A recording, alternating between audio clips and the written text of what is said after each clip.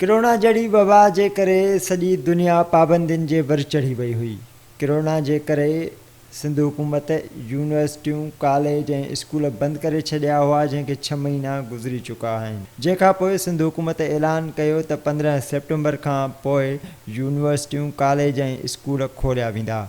School सिर्फ़ु 9 ऐं 10 जे शागिर्दनि लाइ खोलिया वेंदा, ॿिए मरहले में 8 खां 6 ताईं ऐं उन खां पोइ हेठियां क्लास हलाया वेंदा। स्कूल खुलण बाबति वालिदैन सिंध टीवी न्यूज़ सां वीचार वंडींदे चयो त वबा अञा वई नाहे, एहतियात करणो पवंदो।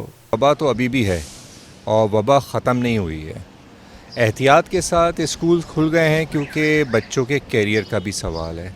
जो 6 महीने नुकसान हुआ है, ऑनलाइन क्लासेस का इम्पैक्ट वो नहीं है जो कि आपका स्कूल में रहकर स्टडीज़ होती है, नंबर 1। नंबर 2, रिस्क फैक्टर अभी भी है। स्कूल खुलने का मकसद ये नहीं है कि वबा ख़त्म हो गई है। इंतज़ामिया जो चवणु हो त असीं मुकमल तरह SOPs ते अमल करायूं पिया। सैनिटाइजिंग और डिसइंफेक्शन का सारा इंतज़ाम, इंशाल्लाह अल्लाह करे कि सब बेहतर हो।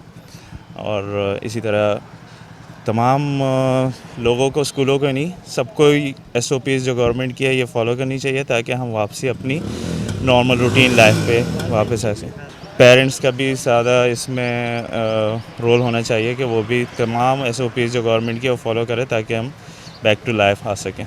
हुकूमत पारां उहो पिणु चयो वियो आहे त जेकॾहिं स्कूलनि में कोरोना जा केस थिया त स्कूल वरी बंदि करे सघूं था।